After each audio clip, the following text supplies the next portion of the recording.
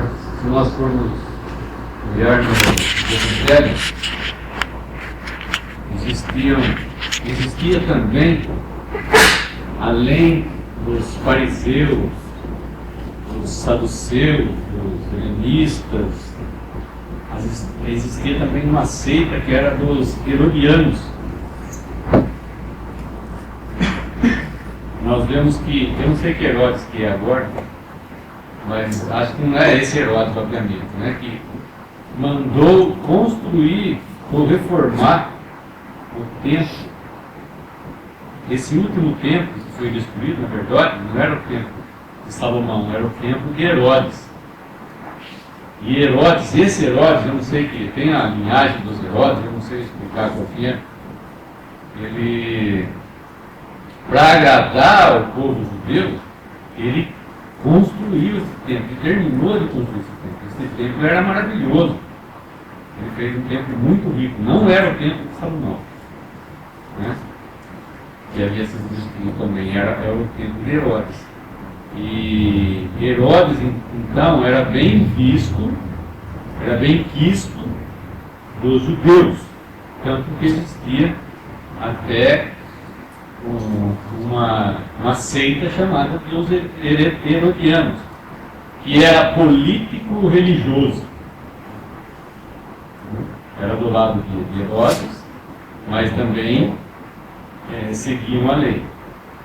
Então Herodes aqui, eu acredito que para agradar aos judeus, e claro que Deus permitindo, como o Senhor Jesus havia dito também nos Evangelhos, e matarão alguns de vós, né, permite aqui a morte de Tiago, mas ele também não fica sem recompensa do ato dele, né? Esse Herodes Agripa é neto do Herodes o Grande, que construiu o templo. São 4 Herodes que fala dessa época. Herodes o Grande, depois Herodes Antipas, Herodes Agripa I e Herodes Agripa II. Esse que está falando aqui é o 1. Depois dele veio o seu filho, né? Seria o tataraneto do Grande. E ele que era o rei na época em que Tito entrou e destruiu Jerusalém. Nós vemos aqui nesse capítulo descrevendo sobre esse Herodes que, para satisfazer os judeus, começou a perseguir os cristãos em Jerusalém, mas não os cristãos de um modo geral, mas os principais, né, os que tinham mais responsabilidade. Então nós vemos ele indo a Tiago, Pedro, mas na realidade isso é Satanás tentando eliminar as testemunhas de Cristo aqui na terra, os apóstolos. Nós vemos que essa tentativa vai continuar também contra Paulo. Vários dos apóstolos tiveram um fim assim, por causa dessa tentativa de eliminar as testemunhas, porque eles eram testemunhas oculares da presença do Senhor Jesus aqui na terra, e eles assistiram, né, por assim dizer, todos os eventos que ocorreram e dão testemunho disso. Nós vemos isso, Pedro dando esse testemunho, João dando esse testemunho, e a tentativa de Satanás era eliminar esses homens para que eles parassem de falar. E logicamente, a mesma mão que guarda a Pedro aqui, também cai como juízo sobre os que atentaram contra esses irmãos. Aqueles soldados não eram inocentes, eles tiveram que pagar com a vida. E nós vemos aqui claramente que eles foram executados porque Pedro desapareceu da prisão. Isso era a mesma coisa que nós vemos mais à frente, quando Silas e Paulo estão presos e tem o carcereiro tomando conta deles, e um terremoto solta Silas e Paulo, e ele, temendo pelo que tinha acontecido, achando que eles tinham fugido, tenta se matar, e Paulo fala, não se faça mal que nós estamos aqui, e aí ele é salvo, ele e a casa dele, esse guarda. Isso porque era essa a lei romana. O soldado responsável por um prisioneiro, se esse prisioneiro desaparecesse ou fugisse, ele pagava com a própria vida. E aqui, então, foram, diz aqui, onde está? 4 quaternos de soldados. Eu não sei quanto que era um quaterno, mas eu posso imaginar que não era pouco soldado, não, para guardar Pedro lá. Talvez o quaterno seja um grupo de 4 soldados, né? Que era tudo... O exército romano era dividido tudo em números de batalhão e tudo certinho. Então. Mas eu não me recordo quanto que era esse quaterno, mas provavelmente eram 4 soldados, não eram 4 grupos de 4 soldados. 2 estavam na prisão com ele, com Pedro ali, e tinha mais guardas em cada porta que eles iam passar para chegar até aquela prisão, né? E nós vemos a mão de Deus. Um anjo vem e toca em Pedro, ele desperta e caem as suas algemas, né, suas correntes que estavam prendendo, e conforme ele vai andando, isso parece coisa de Hollywood, né? Vai abrindo as portas. E é interessante como os homens duvidam da palavra de Deus, mas aceitam tudo que esses filmes mostram, né? Isso aqui é exatamente o que Deus pode fazer. Por que Deus não faz isso hoje para nós? Por que hoje não acontece esse milagre? Eu vou sair daqui, a hora que eu chego ali a porta abre, eu passo. Por que não? Porque Deus não está fazendo show. Isso aqui tinha o seu lugar nesse momento. Era necessário que Pedro visse a mão de Deus tirando ele da prisão. E por que não abriu a porta na casa que ele foi? Ele teve que bater na porta. Ele podia usar, né? Pô, eu tenho esse poder, eu fui passando na cadeia, foram abrindo as portas, eu vou abrir essa porta também. Não, ele não bate. Porque ele sabe muito bem que Deus não está para mostrar poder. Deus não quer mostrar poder para convencer o homem do pecado. Nós somos convencidos do pecado e levados à luz de Deus para a salvação, vivificados pela palavra de Deus e pelo Espírito, não por milagres. Apesar de que Deus pode usar essas coisas para despertar um homem. Uma doença, seja um acidente, ou seja uma aflição que ocorra, um problema sério na família, qualquer coisa. Deus pode despertar o homem. Mas não é o que Deus está fazendo hoje de mostrar milagres para salvar o homem. Que é exatamente o que se tenta hoje em algumas religiões, algumas denominações ditas cristãs, tentam achar que, ou querer convencer as pessoas de que tem que haver milagre, porque pelo milagre Deus pode salvar. E aí fica apresentando na TV pessoas que, eu estava doente, aí então eu fui lá, o pastor orou e, nossa, agora eu estou sarada. Quem disse que ela estava sarada? Quem disse que ela estava doente? Ninguém. É tudo assim, mas aqui não, aqui são fatos verdadeiros. Muitas pessoas, os incrédulos, querem duvidar da palavra de Deus, falar, isso aqui parece meio fantasioso acontecer uma coisa dessa. Mas realmente aconteceu. E Deus faz isso e pode fazer. O poder de Deus sobre nós, os que cremos, é o mesmo poder que ressuscitou a Cristo dentre os mortos. Não é um pequeno poder. Muitos querem ver grandes milagres, mas o maior milagre que nós podemos ver para nos convencer da verdade é a ressurreição de Cristo. E essa, Deus faz questão de mostrar para nós. Ele não vai ficar mostrando um milagrinho de gente jogando a muleta e sair andando, mas ele vai mostrar que o seu filho morreu, levando sobre si o juízo de todos os nossos pecados, mas ressuscitou dentre os mortos. E hoje está à direita de Deus. Precisamos mais algum milagre para Deus nos mostrar, nos convencer de que Ele nos ama? Não. Mas aqui era uma outra situação. Ele estava entrando nesse cenário em que Herodes estava perseguindo os apóstolos, tentando eliminar o testemunho. Então Deus vem com poder e não deixa que toque nos seus e protege e guarda esses até o momento em que era necessário que eles estivessem aqui. E aí eles podem continuar a sua carreira, né, escrevendo. Começa a vir aqui agora uma perseguição, eles vão começar a se dispersar mais e toda o desenvolvimento, o evangelho sendo levado em todas as partes da região ali e nos confins do mundo, como diz a palavra. De modo que não ia ficar só confinado em Jerusalém, como se fosse a matriz, e todas as outras ramificações dependendo da matriz. Ao contrário, Deus estava mostrando claramente, primeiro através do centurião, depois quando em Antioquia gentios começam a se converter e a reunir, e aqui Deus está preparando o terreno para vir então com a revelação do mistério oculto desde os tempos passados e revelado por meio de Paulo do que era a igreja, o corpo de Cristo aqui na terra. Até esse momento eles não tinham essa consciência e esse conhecimento do que era o corpo de Cristo, Cristo o cabeça e aqui o corpo de Cristo na terra, composto por todos, judeus ou gentios que se convertessem, se tornavam então a igreja de Deus.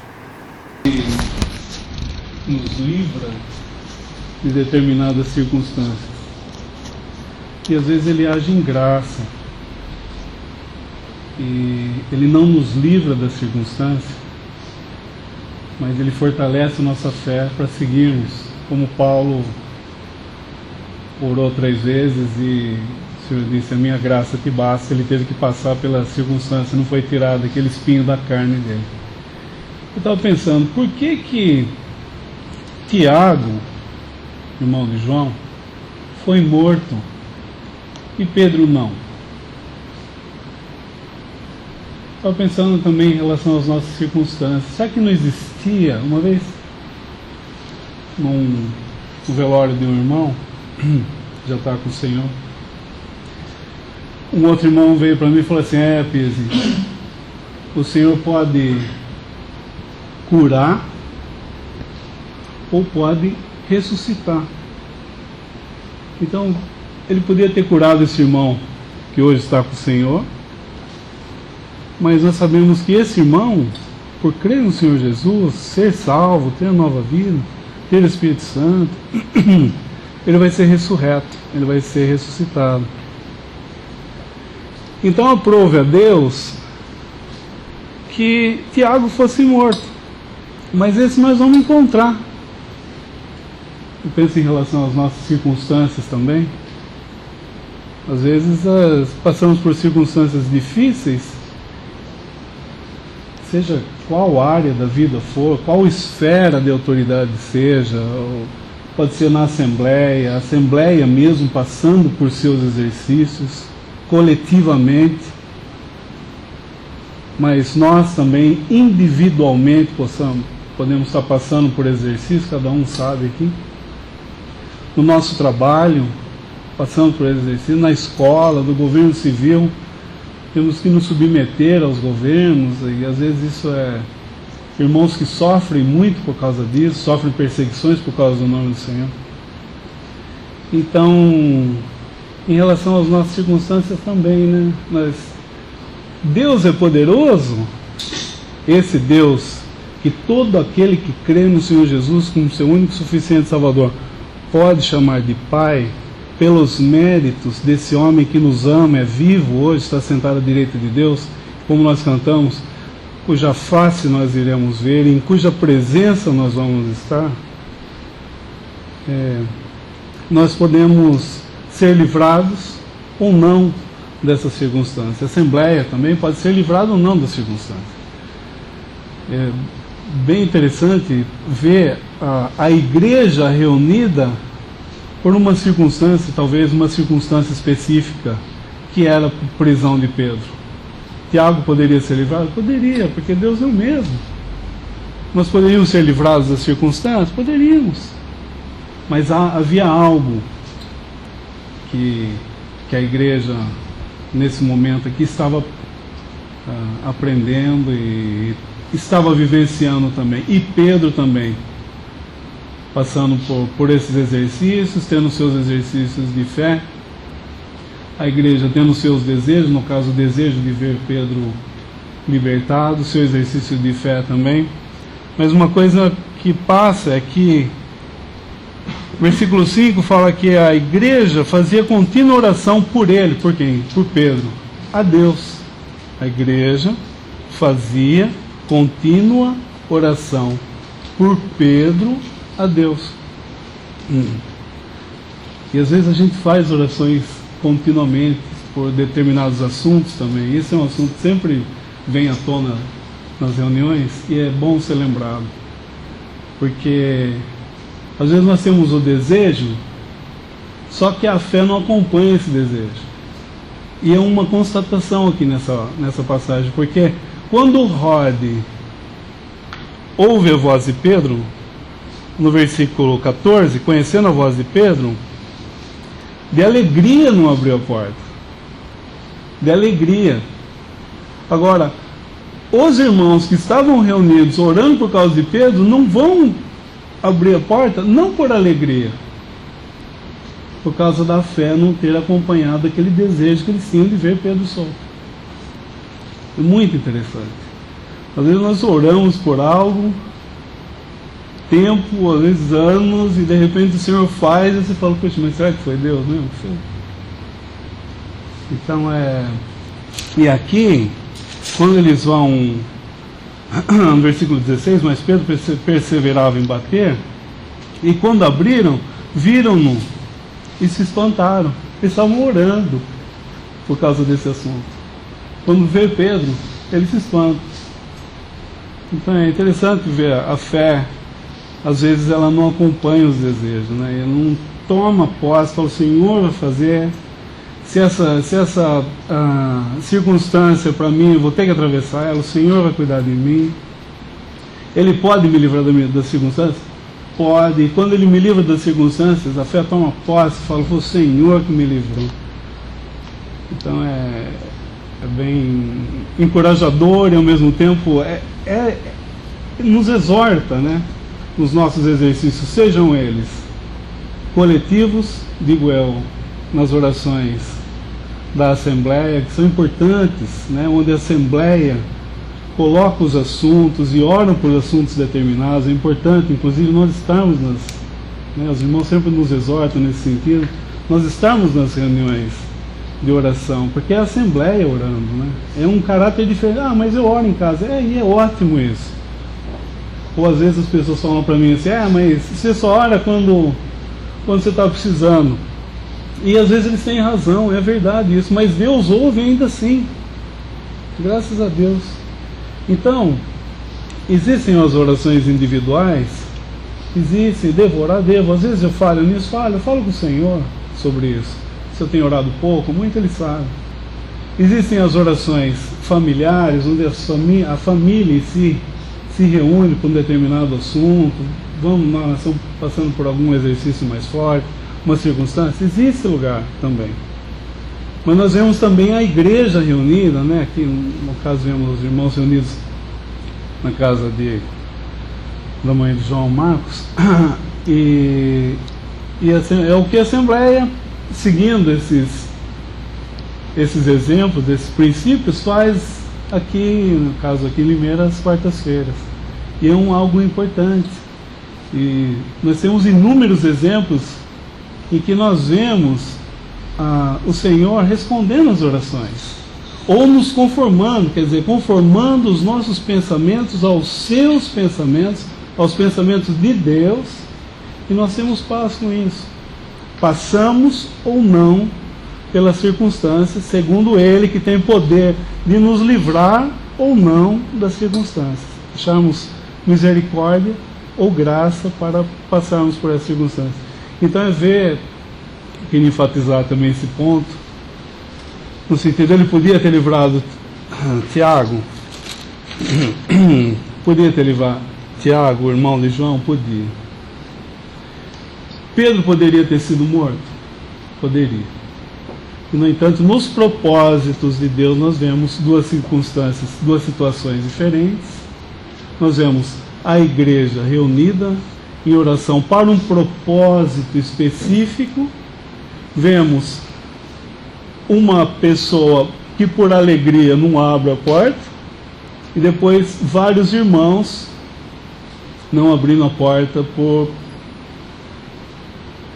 talvez vou chamar dessa maneira, incredulidade. Não é propriamente uma incredulidade, mas é no fato mesmo, como alguém escreve, da fé não acompanhar o seu desejo. É bem algo que nos encoraja a fazer, que são as orações, e ao mesmo tempo nos exorta a termos fé que Ele nos ouvirá, agindo da maneira que for, da maneira como Ele achar melhor para nós, aquilo que nós tenhamos que aprender.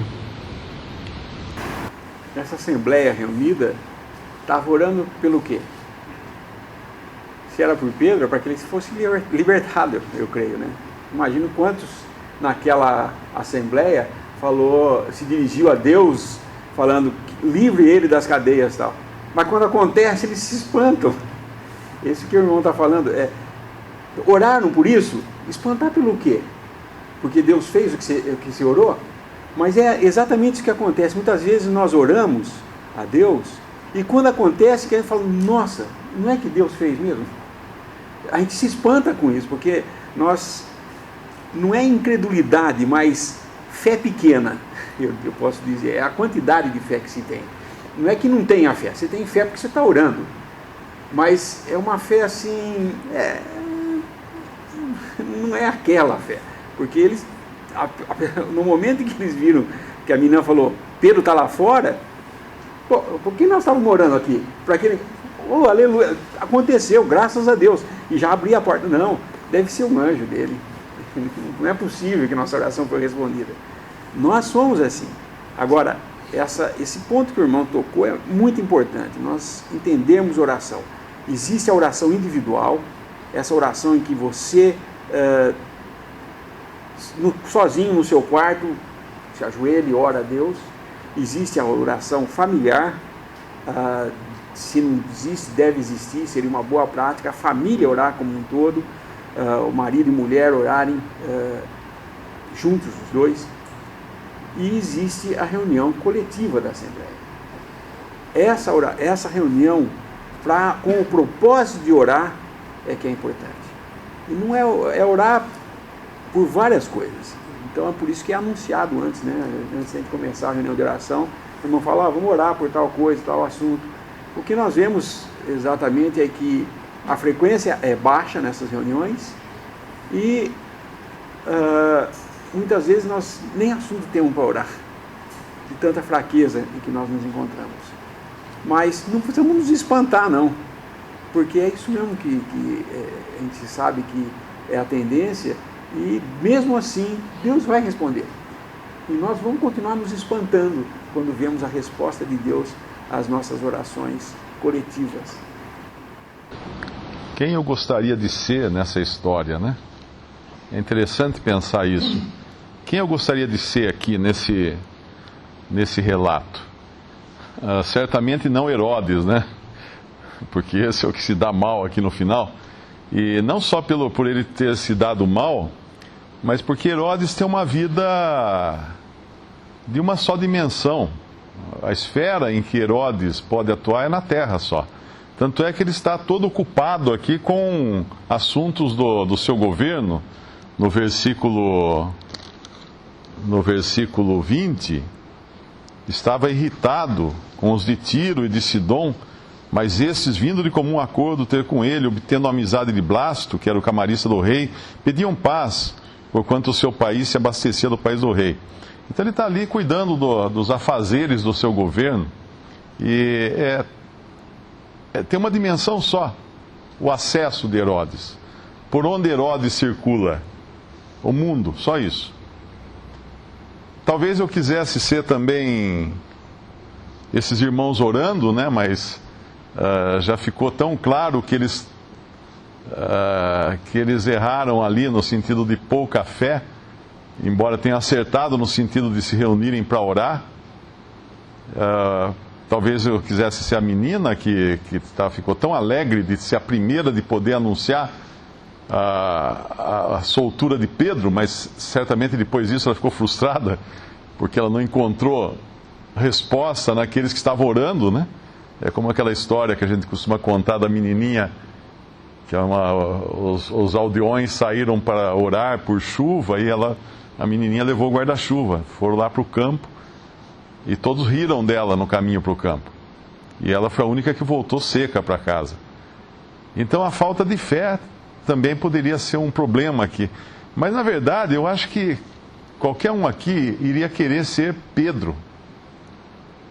Por que Pedro? Porque Pedro foi preso. Então a circunstância de Pedro, aos olhos do mundo, seriam as piores circunstâncias para ele.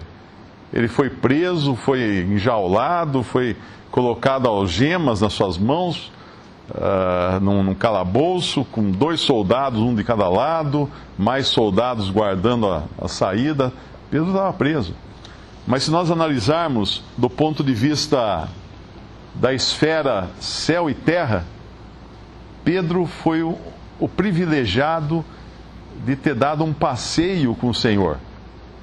Imagina o que ele podia contar depois: eu passeei com o Senhor. Quando fala o anjo do Senhor, provavelmente seja o próprio Senhor. Ele fala depois: o Senhor me livrou. Quando fala um anjo do Senhor na Bíblia, na maioria das vezes é um anjo, um mensageiro do Senhor. Mas tudo aqui indica que seja o Senhor. E não só o Senhor, Pedro poderia lembrar depois, como deve ter lembrado e contado para Lucas, que escreveu Atos, o cuidado que o Senhor teve com ele. O Senhor mandou ele se vestir, o Senhor mandou ele colocar os calçados, não era nada apressado: Pedro, sai correndo, vamos depressa, foge, os guardas... Não, ele mandou ele calçar os calçados. Ele fala no versículo 8, cinge-te, ou seja, põe sua roupa, né? E ata as tuas alparcas, quer dizer, amarra seu sapato. E não só isso, Pedro poderia falar assim: o Senhor foi tão cuidadoso comigo que mandou eu cobrir as costas com uma capa, porque talvez lá fora tivesse sereno. E é o final do versículo: e disse-lhe mais: lança as costas a tua capa e segue-me. Então Pedro foi o mais privilegiado da história toda. Aos olhos do mundo, aqueles que não podem enxergar além do véu da matéria, né? Veriam só um Pedro preso. Quem viu Pedro entrar na prisão, ou talvez depois encontrou Pedro batendo na porta da casa, deve falar assim: ó, coitado, né? Ficou preso a noite inteira lá preso, né?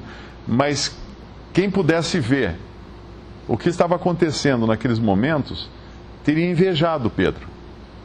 Porque Pedro, de toda essa história aqui, foi aquele que teve o privilégio de dar uma voltinha com o Senhor, de ver as cadeias das suas mãos caírem, de ver as grades, a porta da cadeia se abrir, os guardas nem perceberem isso. Pedro estava, por assim dizer, tendo o privilégio de atuar em 2 esferas, na esfera do mundo e na esfera do céu. E nós cristãos, em qual nós... E os outros irmãos também estavam, né? Se a gente analisar desse ponto de vista, quando eles se reúnem para orar, eles estão entrando nas regiões celestiais. Quando o irmão fala da importância de estar nas reuniões de quarta-feira, era como se a gente colocasse na porta: às quartas-feiras nós vamos invadir o céu, nós vamos entrar no céu. E é realmente isso que nós fazemos em oração. A Bíblia fala, né, que nós em oração, vamos lá em Hebreus capítulo 4, versículo 14... Visto que temos um grande sumo sacerdote, Jesus, Filho de Deus, que penetrou nos céus, retenhamos firmemente a nossa confissão, porque não temos um sumo sacerdote que não possa compadecer-se das nossas fraquezas, porém um que, como nós, em tudo foi tentado, mas sem pecado. Cheguemos, pois, com confiança ao trono da graça. Onde está esse trono da graça? No céu, onde Jesus penetrou, onde Ele está agora. Cheguemos com confiança ao trono da graça, para que possamos alcançar misericórdia e achar graça, a fim de sermos ajudados em tempo oportuno. No céu, nós entramos em oração. Pedro caminhando com o Senhor, sendo liberto da prisão com o Senhor, os discípulos ali talvez até com sono, né? Porque a gente às vezes vai orar e acaba dormindo de joelhos. Mas eles estavam invadindo os céus, eles estavam penetrando nos céus, porque é lá que está o trono da graça. E quando a gente abre em Hebreus capítulo 10, versículo 19, mais uma vez nós vemos a certeza e a ousadia que o crente tem de entrar na presença de Deus agora, que o sangue foi derramado, que o véu foi rasgado. Tendo, pois, versículo 19, tendo, pois, irmãos, ousadia para entrar no santuário. Que santuário? Um templo na terra? Um lugar chamado Santos dos Santos, num templo católico? Não. No próprio céu, onde o Senhor Jesus está. Entrar no santuário pelo sangue de Jesus, pelo novo e vivo caminho que Ele nos consagrou, ou Ele preparou para nós, pelo véu, isto é, pela sua carne, e tendo um grande sacerdote sobre a casa de Deus, cheguemo-nos com verdadeiro coração e inteira certeza de fé, tendo os corações purificados da má consciência e o corpo lavado com água limpa. Então, de todas essas pessoas que aparecem aqui no relato, obviamente ser Herodes, com todo o seu ouro, com toda a sua glória, com todo o louvor que ele recebia dos homens, nenhum de nós vai querer ser. Talvez quisesse até, se não soubesse como é que ele terminou, né? Porque a nossa carne também gosta de bajulação, e gosta de aplausos, e gosta de glória, né? Como ele recebeu aqui. Mas só que nós sabemos o fim da história, ele acabou morto, ele comido de bichos, né? Ele acaba expirando, morrendo, comido de bichos. Nós talvez não quiséssemos ser os guardas, né, que ficaram lá na prisão, ao lado de Pedro, e depois foram mortos, mas pode até ser que nós nos encontremos com um ou dois deles nos céus, porque nós sabemos que muitos desses que eram presos acabavam pregando o evangelho para os próprios guardas. E quem lê a história da igreja, né, no princípio da igreja, sabe que muitos da guarda romana se converteram e foram depois também martirizados por causa da sua fé no Senhor Jesus. Nós poderíamos ser sim a menina, poderíamos ser sim os irmãos orando, talvez até Tiago, né? Mas Tiago morreu. Sim, mas como diz Paulo, né? Morrer é lucro, né? O viver é Cristo, o morrer é lucro. Para Tiago também era. E para cada crente é. A gente às vezes vai num velório de incrédulos, é aquela gritaria, aquele desespero, gente arrancando o cabelo, precisando segurar a pessoa para não pular em cima do morto, de desespero. Você vai num velório de crente, o que aconteceu aqui? Esse pessoal não gostava do morto, né, do finado? Não, pelo contrário. Todos ali estão contentes, alegres, é claro, tristes de saudade, né? Mas com a certeza de que ele está melhor. Ele já teve o lucro, né? Ele já foi receber os dividendos, como se diz. Ele está com o Senhor. Ele está na presença do Senhor. Então, enquanto esses oravam, Tiago estava com o Senhor. Enquanto esses oravam, Pedro estava com o Senhor. Então, a perspectiva do que são circunstâncias para um incrédulo, ela é completamente diferente da perspectiva do que são as circunstâncias para um crente. Então, quando acontece uma coisa trágica, às vezes até, para o incrédulo, é trágico. Mas será que o crente precisa ter a mesma visão de tragédia do incrédulo? Não. Porque a esfera de atuação do crente não se limita à terra. Ela invade o céu, ela invade os lugares celestiais. E não há para onde a gente ir que não seja o melhor lugar, a presença do próprio Senhor. Nós vemos aqui, o irmão falou parece uma cena de Hollywood, né? Nós não estamos acostumados a ver anjos. Nós não estamos acostumados a ver anjos. E quando algum incrédulo pode ler essa história aqui, mas um anjo foi lá, ninguém viu, como é que é essa história de anjo, né? Nós vemos que existe um mundo invisível por detrás dessas cortinas que nós não enxergamos, tanto do bem quanto do mal, né? E nós lemos lá em Hebreus capítulo 1, versículo 13. 1:13. E qual dos anjos disse jamais: assenta-te à minha destra até que ponha os teus inimigos por escabelo dos teus pés? Não são porventura todos eles, falando de anjos, né? Espíritos ministradores enviados para servir a favor daqueles que hão de herdar a salvação? Em Salmo 37 diz: o anjo do Senhor acampa-se ao redor daqueles que o temem e o livra. Não, aqui então, esses ministros, esses espíritos ministradores, seja lá o anjo do Senhor ou o próprio Senhor, pensando em anjo mesmo, agora, que o Senhor envia nesse mundo invisível, eu quero falar nas nossas próprias vidas mesmo.